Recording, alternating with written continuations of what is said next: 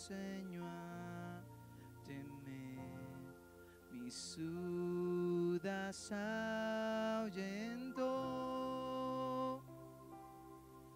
Oh, cuán precioso fue mi ser cuando Él me transformó.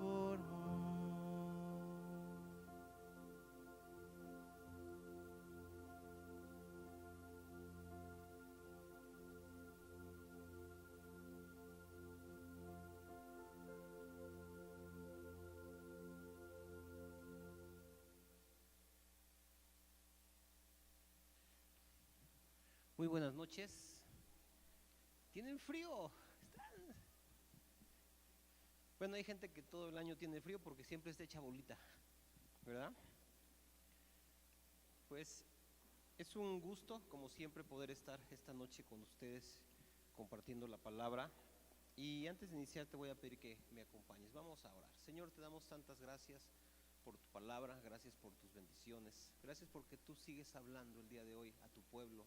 Y gracias porque nos sigues convocando para venir y escuchar de tu palabra y ser ministrados y edificados por ti. Te pedimos que tu Espíritu Santo se mueva en medio de nosotros, que confirme tus palabras. Yo te pido, Señor, que derrames de tu gracia sobre cada uno de nosotros para que tu palabra pueda surtir el efecto, cumplir el propósito para el cual tú la has enviado en cada uno de nosotros, Señor. Y te bendecimos y te damos gloria y todos decimos amén. Ya huele a pavo, ¿no? Huele a pavo, huele a buñuelos, huele a romeritos, huele a, no sé, qué acostumbres a hacer en tu casa, ¿verdad? O con tu familia. Pero pues ya. Y pues todo el tiempo, ¿verdad? Empieza el año y decimos, ay, pues el año, falta mucho, y de repente estamos, ya viene la Navidad. Ya empieza, ya se declaró formalmente inaugurado el Maratón Guadalupe Reyes, ¿verdad? Ya todo decoro a la hora de comer se ha roto, se ha dejado a un lado y empieza la parte buena. Y con todo esto empieza a llenarse en nuestro entorno, ¿verdad? De cosas que tienen que ver con la Navidad. Es increíble. Nunca había yo visto, pero no sé si te tocó ver en los almacenes que ya se estaba mezclando las cosas, la mercadotecnia de Halloween con lo de Navidad. ¿Sí? Y dices, no puede ser, o sea, ¿hasta dónde estamos yendo? ¿Qué tanto nos puede jalar todo este tema de la mercadotecnia? Porque realmente es una época que comercialmente también la economía tiene un repunte. La economía, digamos, de las tiendas, la economía o las economías familiares muchas veces lo que tienen es lo contrario, un desfalco por ahí porque pues, compramos de más, porque pues ahí dices, ya se le fundió un foquito a la serie y para no andar buscando foco por foco, mejor la tiro y compro otra, los pavos están re caros, ¿verdad? Y todo eso se llena. Y el tema es que muchas veces solamente vemos la forma. Hace algunas semanas compartí acerca de la forma y el fondo, no sé si recuerden. Y vemos solamente la parte externa, pero no hurgamos más allá en lo que es realmente lo importante que es entender lo que estamos celebrando, lo que estamos festejando. Y creo que Dios quiere que nosotros podamos pues ir un poquito más allá y que podamos ver realmente lo que hay de fondo en todo lo que Él hace. Porque si no, nos podemos perder lo más importante. Permítanme aquí que estoy peleando con la tecnología. Y es como cuando hay una luna preciosa y alguien te señala la luna y tú ves el dedo y dices, ay, tienes mugre en la uña, ¿verdad? Y nos centramos en la forma, pero no vemos lo verdaderamente importante. Y yo quiero tomar un pasaje. No es exactamente lo que quiero hablar, pero quiero tomarlo como base para poder entender la importancia de ir más allá. Y es Primera de Corintios, en el capítulo 11, está hablando de la cena del Señor. Les está explicando a los corintios ahí Pablo lo que él recibió del Señor, pero les está dando también una advertencia. Y dice En el versículo 29, Primera de Corintios 11:29, porque el que come y bebe indignamente, sin discernir el cuerpo del Señor, juicio come y bebe para sí. Ahora, no vamos a hablar de la Santa Cena, pero aquí hay una palabra clave o una frase clave, dos palabras clave que me hacen como que poner atención, que dice sin discernir. Y yo creo que aunque aquí habla de la Santa Cena, y es un pasaje que tomamos como referencia a la Santa Cena, creo que lo podemos aplicar en muchas cosas o en todo lo demás. No podemos solamente hacer las cosas porque así se hacen, o por tradición, o porque se ve bonita, sino que tenemos que aprender a discernir. Y entonces viene Navidad y nos empeñamos en el festejo y nos alegramos y nos gozamos. Pero ¿te ha pasado que en la cena de Navidad te sientas a cenar enojado? Porque el pavo no salió a tiempo, porque se quemó, porque te quedó salado el gravy, porque fulanito habías invitado y no llegó, ¿verdad? Y vemos muchas cosas y a veces estamos sentados en la celebración, pero estamos enojados, estamos molestos porque no alcanzamos a discernir. Y yo esta noche quiero hablarte, quiero ayudarnos a tener algunos aspectos que nos ayuden a discernir en qué es lo que estamos celebrando y qué es lo que significa y muchas cosas más. Porque mira, Jesucristo vino a este mundo y nos deja básicamente tres cosas. Nos deja la salvación, bueno, deja muchas más, pero voy a hacer énfasis en tres, podríamos hablar de más, pero nos deja la salvación, nos deja su Espíritu Santo, pero nos deja enseñanzas también. En todo lo que Él hizo, más allá de la señal, más allá del milagro, hay una enseñanza. Y tenemos que tomar la enseñanza también, porque la salvación por sí misma, si no lleva una enseñanza de fondo, corremos el riesgo de perderla, porque no vamos a saber cómo cuidarla, no vamos a saber cómo mantenernos ahí. Obviamente, si yo tengo solo la enseñanza y no tengo la salvación de Cristo, pues no voy a ser salvo, porque la palabra dice es que nadie es salvo por obras. Entonces, que yo tenga la enseñanza de Jesús y yo viva de acuerdo a la enseñanza de Jesús y no tengo la salvación, ¿verdad? De tal manera que yo no puedo escoger solamente la salvación de Jesús y desdeñar las enseñanzas, o no puedo seleccionar las enseñanzas. Hay mucha gente en el mundo que dice es que yo no creo en las religiones o no creo en esto, pero creo que Jesús era un buen maestro y quiero y me gustan sus enseñanzas. Pues sí, pero la enseñanza por sí sola no nos va a llevar, nos va a ayudar a ser una buena persona, pero vamos a terminar al final siendo una buena persona en el infierno.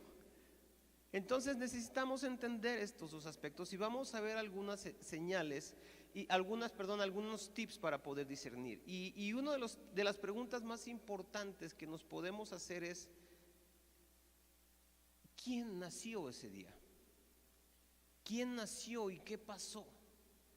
Porque estamos de acuerdo que el nacimiento es especial dependiendo de la persona de quien se trate. Digo, a mí me ha dado gusto cuando han nacido mis sobrinos y cuando han nacido los hijos de mis amigos, pero el nacimiento de ninguno de ellos me ha dado más gusto que el nacimiento de mis propios hijos, ¿verdad? Cuando yo entiendo entonces quiénes son ellos, yo lo vivo, lo discierno de una manera diferente. Y mira, en medio de todo esto, de a veces no discernir y todo eso, lo que ha pasado a lo largo del tiempo es que la Navidad o la época navideña o el nacimiento de Cristo, para ser más específicos, se ha llenado de clichés. Un cliché es una frase que de tanto repetirse ha perdido su sentido y su intención original. Entonces has oído, por ejemplo, ay, ojalá y la Navidad durara para siempre. ¿Sí has oído eso? ¿Sí has oído que la Navidad nazca en tu corazón? ¿Lo has oído? O a lo mejor hasta lo hemos dicho. Pero son frases que se oyen bonitas cuando mandamos las tarjetas navideñas. Ya antes en mis tiempos eran de cartoncito, te llegaban por correo. O la familia que te lo regalaba iba a tu casa especialmente a entregarte una tarjeta con sus felicitaciones y sus buenos deseos para Navidad. Y agarrabas la tarjeta, millennials, yo sé que no saben de qué les estoy hablando, pero agarrabas la tarjeta y la ponías en tu arbolito de Navidad, de tal manera que el arbolito no tenía tantas luces y música y rollo, pero estaba lleno de buenos deseos de las personas que te estimaban, ¿verdad? Y era bien padre. Y yo me acuerdo que por ahí de octubre, noviembre, llegaban personas a visitarnos con un librote de este tamaño y escogías el modelo de la tarjeta y luego escogías el mensaje y armabas todo y hacías tu lista, a ver, para fulano de tal, para mengano, para este, y hacías y pedías ya tus tarjetas. Pero entonces el tema es que nosotros tenemos que tener un discernimiento bíblico de quién nació ahí. No quiero romper corazones ni destrozar ilusiones, ni vengo en plan de Grinch, pero déjame decirte una cosa. El niño Dios, el niño Jesús, ya no existe. Porque Él nació, creció, se hizo hombre, murió en una cruz, resucitó al tercer día y hoy está sentado a la diestra del Padre. O sea que es completamente banal. Pues, ay, que el niñito Jesús te bendiga. Perdón que lo diga tan crudamente, pero es que tenemos que romper y entender quién fue Él. Y es Dios mismo viniendo a nosotros, pero no se quedó ahí. Había un propósito y entonces Él tuvo que crecer y vivir. Vamos a ver algunos aspectos más adelante. Pero entonces, ¿qué es lo que hace especial a este niño? ¿Qué crees tú que lo haga especial? Lo que lo hace especial es que es un niño que fue engendrado de una manera sobrenatural, pero también lo que lo hace especial es que en él se cumplen una serie de profecías, es decir, no fue algo casual, fue algo que estaba perfectamente anunciado. Los que estamos en el curso de evangelismo de avanzada podemos recordar que desde el principio, cuando el hombre cayó y Dios maldijo a la serpiente y al hombre y a la mujer, y les dijo a la mujer: y pondré enemistad entre tu simiente y su simiente su simiente te pisará la cabeza y tú le herirás en el calcañar. Desde entonces ya Dios estaba anunciando su plan de salvación, estaba anunciando que vendría alguien a derrotar a esa serpiente que trajo el pecado al mundo. Y mira, Josh McDowell, ¿sí conocen a Josh McDowell? Ya incluso creo que ya estuvo aquí una vez. ¿Sí? ¿Sí, verdad? Él habla de que hay más de 300 profecías en la Biblia acerca de Jesús. Hay más de 300 profecías que hablan de Jesús y que se cumplieron cabalmente en él. Te voy a leer algunas, por ejemplo. Ya hablábamos de la primera en el libro de Génesis. Después dice que iban a ser de una virgen, está en Isaías 7:14, y su cumplimiento lo podemos ver en el Evangelio de Mateo, capítulo 1, versículos 22 y 23. Que iba a ser un descendiente de Abraham, que iba a ser de la tribu de Judá, de la casa de David, que iba a nacer en Belén, que iba a ser llevado a Egipto. La matanza de los niños que hizo Herodes para tratar de matarlo a él está profetizada en la Biblia, ¿sí? Que fue ungido por el Espíritu Santo, que Dios iba a enviar un mensajero delante de él, que fue Juan el Bautista, que haría milagros, que anunciaría las buenas nuevas, que estaría en Galilea, que limpiaría el templo, que entraría a Jerusalén como rey montado sobre un asno, que sería rechazado por los judíos, que la muerte que sufriría también está detallada en el Antiguo Testamento por medio de profecías, que iba a ser vendido por 30 piezas de plata justamente. Y bueno, y hay muchas otras profecías, sí, que iba a ser golpeado, que iba a ser traspasado de sus manos y sus pies, que iba a ser crucificado con ladrones, pero que iba a ser sepultado con los poderosos. O sea, tantas profecías, y no me quiero detener mucho aquí porque no es el fondo de lo que quiero compartir hoy, pero es importante que podamos entender que Jesús viene a nacer de acuerdo a un plan específico por Dios. Y entonces tenemos que discernir la Navidad como algo que fue planeado. Obviamente Dios no dijo: vamos a hacer la Navidad para que haya luces de colores y pongan un pino y decoren el estrado bien bonito. Y no fue eso, pero hay un propósito ahí. Y no podemos perder de vista a Jesús, porque el centro es Jesús. Los ángeles anunciaron el nacimiento de Jesús, los pastores fueron a ver a Jesús, los reyes o los sabios vinieron a adorar a Jesús. Herodes trató de matar a Jesús, o sea, todo se trata de Jesús. Y entonces necesitamos despojar todos los accesorios alrededor de la Navidad para poder centrarnos verdaderamente en Jesús. Y como te decía, En medio de todos estos clichés, en medio de todas estas tradiciones, de estas cosas que son bonitas, que son padres, que están bien, que no te estoy diciendo, ya no, celebre la Navidad y no pongas luces y no pongas árbol y no, sigue llenando tu casa de ese entorno y ese ambiente que espero que después de que hayamos desmenuzado un poco todo lo que vamos a compartir hoy, lo podamos hacer de una manera más consciente, más clara, entendiendo un poquito, ¿sí? Y yo quiero hablarte de algunos aspectos acerca de la Navidad que están en la Biblia y que no están en los apartados de la Navidad, no están en los pasajes donde se anuncia o donde se habla del nacimiento de Cristo, pero al final de cuentas nos va llevando ahí, porque el nacimiento de Jesús fue el inicio de un camino. También hace algunos años, en esta época, compartía yo acerca del centro de la Navidad. Y ese día hicimos en la pantalla pusimos, ¿qué una escena navideña, ¿no? Pues ¿qué hace falta? Pues obviamente el pesebre con José, María, los animalitos, el niño Jesús ahí. ¿Qué más hace falta? No, pues la nieve, no, pues la estrella de Belén, no, pues los pastores. Y llenamos la escena navideña de muchas cosas y al final lo que aprendimos es que en el centro de todo eso estaba la cruz. En el centro de todo lo que nosotros vamos a celebrar, en la mira del primer paso, del primer minuto, el primer segundo que Jesús estuvo en esta tierra ya como un bebé fuera del vientre de su madre, la mira estaba puesta en la cruz. El propósito de la Navidad y el propósito del nacimiento de Cristo era para que Él pudiera llegar a la cruz. Pero en medio de todo esto ahí vemos el propósito y vamos a ver algunas enseñanzas acerca de esto. Y por eso el tema de esta noche yo le puse, la Navidad según la carta a los Filipenses. Vamos a ver un pasaje en Filipenses que nos habla o nos va a ayudar a entender la Navidad de una manera diferente. Y estoy hablando del capítulo 2 del libro de los Filipenses.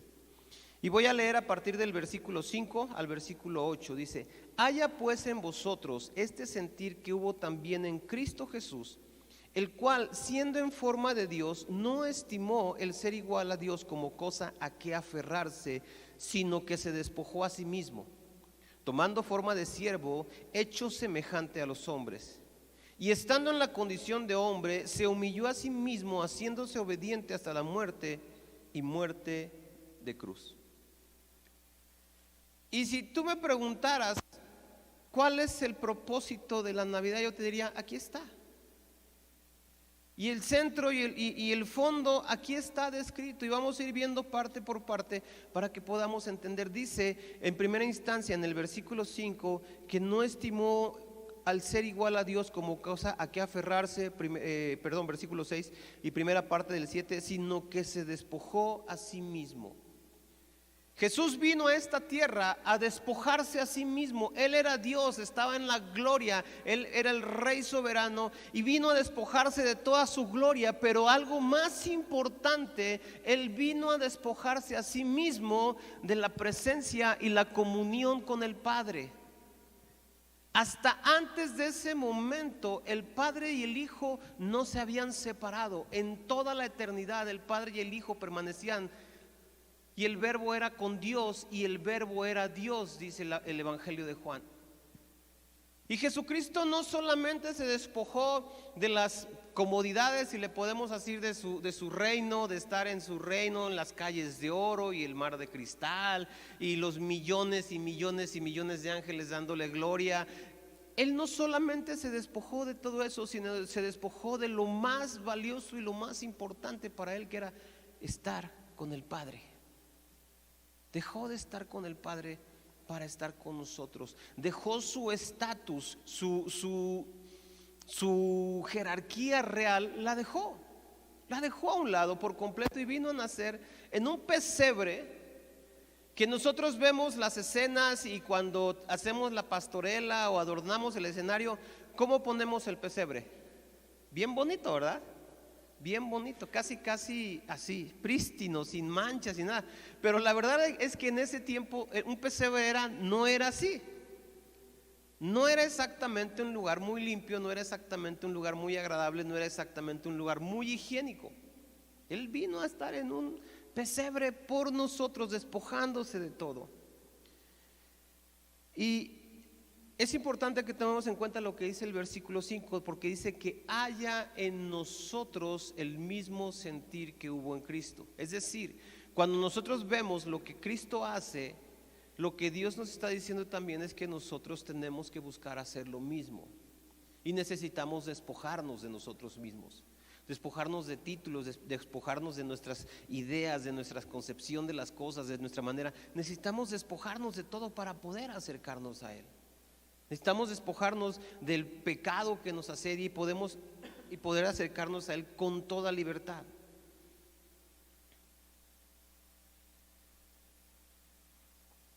Yo a veces veo que a veces tomamos una actitud como que le hicimos un favor a Dios al acercarnos a Él.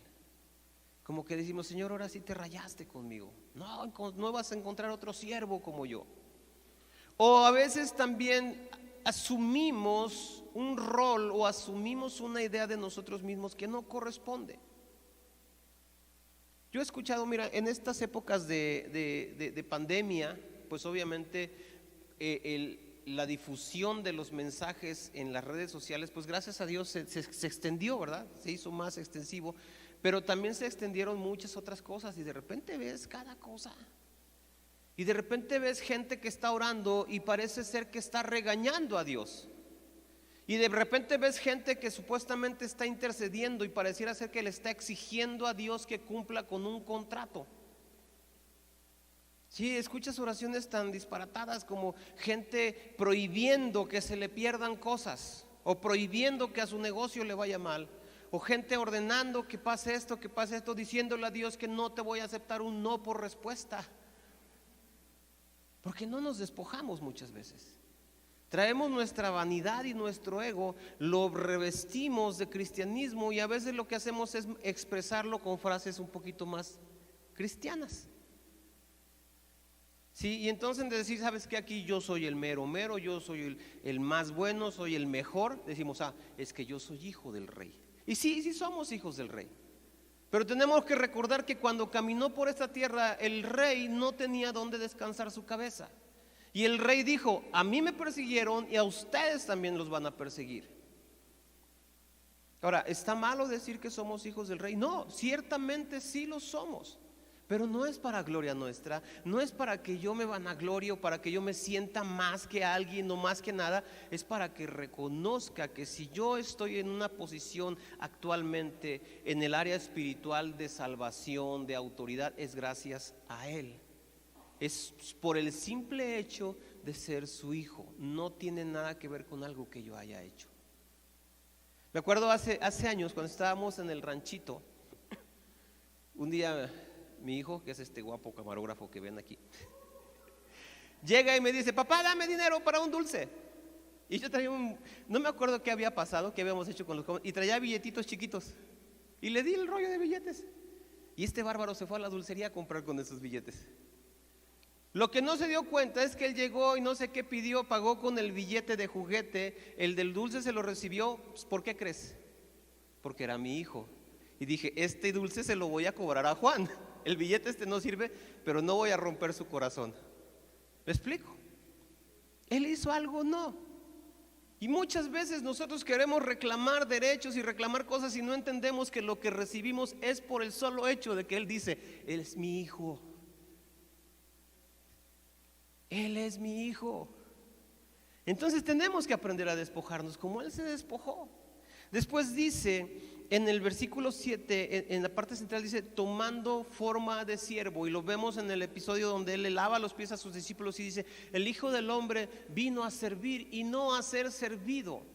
Y mis amados, tenemos que tener un espíritu de servicio. Tenemos que entender que necesitamos servir a los demás.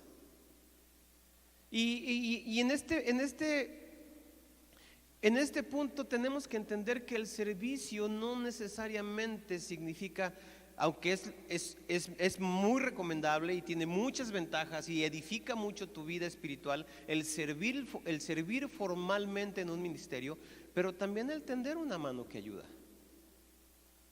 El servicio dentro de la iglesia debe ser nuestra norma. Y una manera de servir a los demás ¿sabes cuál es? Obedecer. Obedecer. Si hay un edecán controlando el estacionamiento y te dice, perdón, ahí no te puedes estacionar, sírvele estacionándote donde él te diga. Si alguien que está llevando a cabo una tarea delegada dentro de la iglesia te pide que hagas algo o que no hagas algo, obedece, y estás sirviendo a él y estás sirviendo a muchas gentes a lo mejor. Entonces él vino a servir, y nosotros tenemos que tener ese espíritu de servicio y entender que tenemos que hacernos, si quieres ser el mayor que dice la palabra, tienes que ser el siervo de todos. Yo con los varones hablamos mucho y frecuentemente decimos, el varón tiene autoridad, Dios le ha dado autoridad, pero es una autoridad que no le fue dada para enseñorearse y para tiranizar su casa, sino para poder servir mejor a los de su casa. Es como el policía tiene autoridad. ¿Para qué es esa autoridad? Para poder servirnos mejor. Para poder servirnos mejor. Entonces él vino a servir, no vino a ser servido, y ese es el ejemplo que nosotros debemos tomar. Y va tomando un poquito más de intensidad, porque al final del versículo 7 dice, hecho semejante a los hombres. Él se hizo como nosotros. Y yo no sé si tú alcanzas a dimensionar el que Él se haya hecho como nosotros, pero te estoy hablando de que el Rey de Reyes, el Señor de Señores, el que es, el que fue, el que ha de venir, el que creó todas las cosas solamente con su palabra, que existió antes de todas las cosas y existirá después de todas las cosas, en un momento dado dependía de que María le cambiara el pañal. El que creó todas las cosas y en la creación puso al hombre en el jardín del Edén y le dijo, mira, de todo árbol comerás y de todo animal puedes matar y comer. El que provee el alimento no solamente para el hombre, sino para las aves de campo y para toda la creación, dependía de tener que llorar para que le dieran de comer porque el bebé tenía hambre. A ese grado Él se hizo uno como nosotros. Pero lo más importante aquí es que tenemos que entender que Él se hizo como nosotros para que ahora nosotros podamos aspirar a ser como Él. Él tomó nuestra injusticia para que pudiéramos nosotros buscar ser justos en su justicia. Él se hizo pobre para que nosotros pudiéramos ser ricos. Y hablo no necesariamente en el aspecto económico, sino en todos los aspectos. Se hizo como nosotros. Y esto me habla de una palabra, mi amado, que de repente en los últimos tiempos nos ha fallado mucho, que es la empatía. La empatía. El considerar al prójimo, el tratar de entenderlo. ¿Te ha pasado que de repente llegas a algún lugar y la persona que te va a atender te atiende de mala gana? ¿Y cómo nos sentimos? ¿Y qué pensamos de esa persona? No voy a pedir manos ni voy a dar ideas, pero a veces no son pensamientos, ay, pues que Dios le bendiga y que se vaya, ¿no? Yo veo, por ejemplo, ahora que murió el gobernador Barbosa, la cantidad de comentarios negativos que hay. Y dices, ¿fue buena persona? ¿Fue mala persona? No me toca a mí juzgarlo. Pero hay una viuda que le llora. Hay hijos que están sufriendo por la muerte de él. Hay nietos que están sufriendo por la muerte de un hombre que haya sido como haya sido, pero tiene seres que le aman, y por empatía a ello dices, por muy mal que te caiga, ¿verdad? Hace tiempo una persona en la empresa se accidentó, tuvo un accidente muy fuerte, un golpe en la cabeza, estuvo al borde de la muerte, y mucha gente decía, ¿y cómo no se murió? Si es esto y es bien. Y yo decía, híjole. Y alguien una vez me preguntó, me dice, ¿tú qué opinas? Le digo, mira, a mí yo veo dos cosas aquí, que la muerte de el accidente de este señor y lo que le decían me hace pensar que él no era muy buena persona. Yo no lo había tratado mucho. Pero también me hace pensar que nosotros tampoco somos muy buenas personas cuando le deseas el mal a alguien el mal, ¿verdad? Empatía. Jesús tenía todo el motivo para desecharnos e ignorarnos, pero Él dijo, yo me voy a hacer como ellos, para que ellos puedan aspirar a ser como yo. Y se hizo como nosotros, se hizo un hombre de carne y hueso, 100%, es uno de los grandes misterios, ¿verdad? 100% Dios, pero aún así 100% hombre. Y se hizo semejante a nosotros no solamente en apariencia o en su composición orgánica, digamos así, de su cuerpo, sino en muchas cosas. Fue tentado como nosotros, ¿verdad? Se enojó como nosotros, se entristeció como nosotros, lloró como nosotros. Nos mostró que siendo hombre, podemos nosotros en nuestra condición de hombres poder aspirar a algo más. Después dice que Él vino en el versículo 7, perdón, ya estamos en el versículo 8. Dice, y estando en la forma de hombre, se humilló a sí mismo.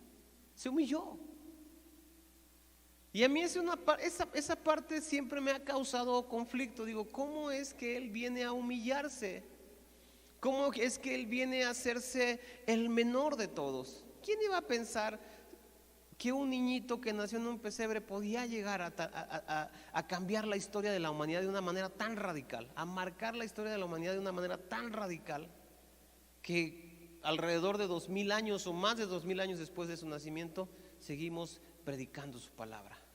Y Él sigue transformando vidas, y Él sigue restaurando corazones y sanando heridas y rescatando enfermos y rescatando a los perdidos. Él sigue haciéndolo. Pero todo fue por causa de que se humilló. Cuando Él se despoja de todo, también Él decide humillarse y hacerse humilde al grado de que va y lava los pies de sus apóstoles, y se humilla tanto que cuando lo están golpeando y clavando en la cruz, Él dice: Padre, perdónalos porque no saben lo que hacen. Él renunció a su derecho de ejercer su propia justicia. Él renunció a su posibilidad de ejecutar un juicio sobre cada uno de nosotros que éramos culpables y que estábamos como reos de muerte. Él renunció a ese derecho y tomó sobre sí la humillación que nos correspondía a ti y a mí. Porque vemos también las imágenes, ¿verdad? Y déjame decirte una cosa: la escena de la crucifixión tampoco es tan light como la pintan en las imágenes. Él estuvo completamente desnudo, totalmente desnudo, y la desnudez era un tema muy vergonzoso, fue exhibido públicamente. O sea, no hay una mayor humillación que esa. ¿Te ha pasado que cuando vas caminando en la calle y de repente das un mal paso y te caes, te duele más el orgullo que el golpe? Y hasta nos levantamos: así camino yo, no pasa nada. Y tú vas por dentro y ya quieres llegar a tu casa para ver cómo te quedó la rodilla o el codo, lo que sea. Porque es vergonzoso, ¿a poco no? Es vergonzoso. Imagínate estar clavado, exhibido públicamente, desnudo en una cruz, exhibiendo toda tu humanidad, todo tu dolor, y peor tantito, por algo que tú no hiciste. Y se humilló tanto a sí mismo. Y cuando yo entendí esto, de verdad a mí me ha pegado mucho, y constantemente pienso en eso. Se humilló tanto a sí mismo que, siendo nosotros los que lo ofendimos y los que merecíamos el castigo, Él, siendo el ofendido, tomó el castigo sobre sí. Porque cuando alguien te ofende, tú esperas que la justicia se cumpla y que la persona que te ofendió pague, ¿no? Si en el periférico te pega un carro, ¿qué esperas? Que el carro que te pegó te pague. Nosotros lo ofendimos a Él, nos rebelamos contra Él, y Él, siendo el ofendido, se humilló al grado de recibir sobre sí mismo el castigo para que tú y yo pudiéramos estar en paz con Él. ¡Wow! A mí es algo que me quebranta porque no lo entiendo, pero lo sé. Sé a qué se refiere cuando dice en Isaías que el castigo de nuestra paz fue sobre Él. El castigo de mi paz fue sobre Él.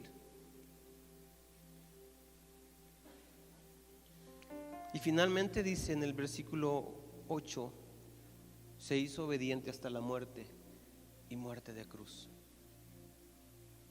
Y déjame decirte una cosa: si Él estuvo dispuesto a morir, espera que tú y yo estemos dispuestos a hacer lo mismo.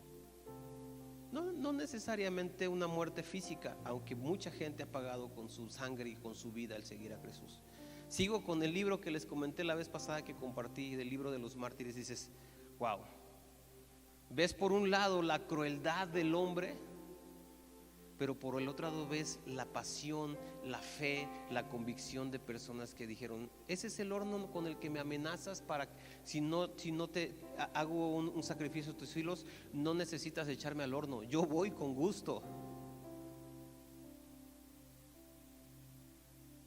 Y dices: wow. Y a veces nosotros no estamos dispuestos a morir a nuestro orgullo, a nuestros deseos. A veces no estamos dispuestos a morir a un ratito de comodidad para levantarnos temprano y venir. No estamos dispuestos a morir un poco a nuestra zona de confort y decir: me tengo que estirar más, tengo que buscar, no me puedo conformar. Mi amado, necesitamos morir. Porque en medio de todo este ambiente festivo, en medio de todo este ambiente glorioso, con ángeles proclamando que el niño ha nacido y diciendo: gloria a Dios en las alturas y paz y buena voluntad en la tierra para con los hombres, el corazón del Padre sabía que su hijo venía a esta tierra a morir en una cruz, una muerte horrible por ti y por mí. Y cuando llegó el momento en Getsemaní, él dijo: Señor, si es posible, aparta de mí este cáliz, pero no se haga mi voluntad sino la tuya. Él decidió morir desde antes de estar en la cruz. Él ya había entregado. Es como el sacrificio de Isaac por parte de su padre. A veces leía un comentario que decía: pensamos que Jacob no entregó, que Dios no dejó que Jacob entregara a su hijo Isaac en sacrificio, pero no es cierto, sí lo entregó, porque estuvo dispuesto a hacerlo. Dios tuvo que detener su mano, pero él ya lo había entregado. Y cuando Jesucristo nació en ese pesebre, el Padre ya lo había entregado por ti y por mí. Cuando él nació en ese pesebre, en el primer aliento de vida, sabía que a partir de ese momento su camino lo llevaría irremediablemente a la cruz, por ti y por mí, para darnos salvación, pero también para animarnos a que haya en nosotros el mismo sentir que hubo en él, para que podamos ver y entender su gracia. Te voy a invitar a que nos pongamos de pie. No sé si hay alguien que nos acompañe hoy por primera vez, o has venido en alguna otra ocasión y no has entregado tu vida a Cristo. Y déjame mencionarte otro cliché que a veces decimos, y es que decimos: necesitas que Jesús nazca en tu corazón. Y perdóname lo que te voy a decir, pero no necesitamos que Jesús nazca en nuestro corazón. Él ya nació, otra vez, nació, creció, se hizo hombre, murió, resucitó y está a la diestra del Padre. Lo que verdaderamente necesitamos es nosotros nacer de nuevo en Él. Nacer de nuevo en Él. Nosotros necesitamos para poder ver y recibir esa gracia. Mi amado, todo esto que leímos fue por una sola cosa: la gracia de Dios en cada uno de nosotros.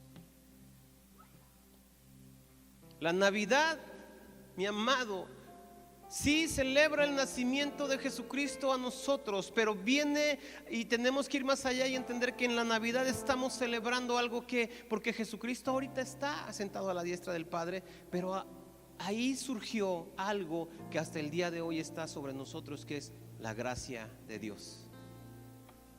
La época, la era de la gracia inicia ahí. La gracia de Dios que hace que su Hijo venga a nosotros porque nosotros no podemos llegar a Él. La gracia de Dios que viene a propiciar la reconciliación entre Él y nosotros, porque nosotros no tenemos manera de reconciliarnos con Él por nuestros propios medios. La gracia de Dios que viene a traer esa nueva vida que nos va a llevar a la vida eterna. ¿Por qué no cantamos un poco de la gracia del Señor?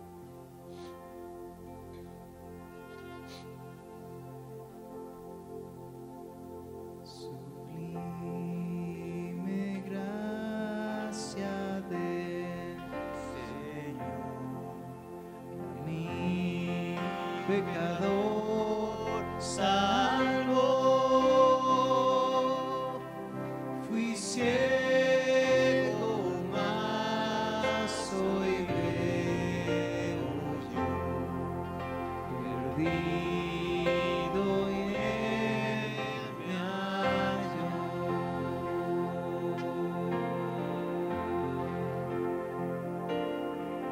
Su gracia me enseñó a temer y su las ahuyentó. Oh, cuán precioso fue mi ser cuando Él me transformó. Y en esta actitud, si tú no has recibido a Jesús, esa salvación, si no has nacido de nuevo en Él y estás conectado, estás aquí presente, yo te voy a invitar a que hagamos una pequeña oración para que Jesús nos permita nacer. Que este tiempo que celebramos la Navidad podamos celebrar nuestro nuevo nacimiento en Él, gracias a Él y para Él. Y vamos a hacer esta pequeña oración. Y si los demás quieren acompañarme, creo que es algo que tenemos que estar renovando constantemente y decirle: Señor, te doy gracias porque tú me has amado, y gracias porque derramaste esa gracia inmerecida sobre mi vida al enviar a tu Hijo Jesús a morir en una cruz por mí. Señor, hoy reconozco mis pecados delante de ti. Reconozco que te he fallado, que te he ofendido, que he pecado en contra de ti y en contra de tantas personas a mi alrededor. Pero hoy te pido perdón, confiando en que el sacrificio de Jesucristo me limpia de todo pecado, porque el castigo de mi paz fue sobre Él. Y te agradezco tanto, Señor, y te pido que tú vengas a mi vida y que me permitas nacer de nuevo en el Espíritu para poder, Señor, caminar en la vida eterna que tú me has dado. Y, Señor, que podamos nosotros reconocer la obra tan grande que inicia con el nacimiento de tu Hijo Jesús. Que podamos discernir lo importante, la magnitud de ese gran regalo que nos fue dado, y que no nos quedemos indiferentes, sino que aprendamos a tener en nosotros el mismo sentir que hubo en Cristo Jesús, que no se aferró a ser igual a Dios como algo a que aferrarse, sino que se despojó a sí mismo y tomó condición de siervo y se hizo hombre en medio de nosotros. Y siendo hombre se hizo obediente hasta la muerte y muerte de cruz. Gracias, Señor, por este regalo. Gracias por tanta gracia y tanto amor derramado. Gracias, Señor, en el nombre de Jesús. Amén. Mi maldad me liberó, mi Salvador me rescató, y como el mar fluye su amor, sublime gracia.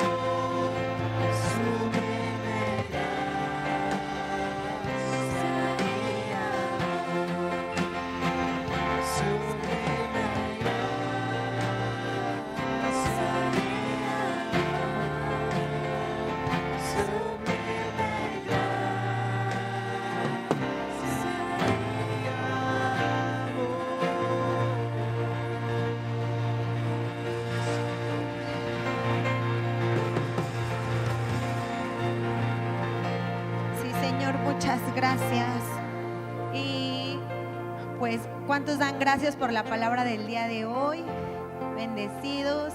Y bueno, así de esa misma manera que hoy escuchamos y recordamos el verdadero significado de la Navidad, pues el sábado te animo a que no te lo pierdas y que puedas invitar a alguien más para que venga y pueda escuchar el mensaje de salvación y esta Navidad pueda ser diferente para su vida. Si gustas tomar tu lugar y pues no te olvides que la pastorela a las 6 de la tarde este sábado y el domingo tenemos nuestra reunión 12:30 y si tú quieres venir a ver el partido estás invitado a venirte a las 9 de la mañana, ¿sale? Y no te olvides que el 25 y el 1 también tenemos solo una reunión a las 12:30, ¿sale? Pues que tengas una excelente noche, que Dios te bendiga y un excelente regreso a casa. Ya. Buenas noches.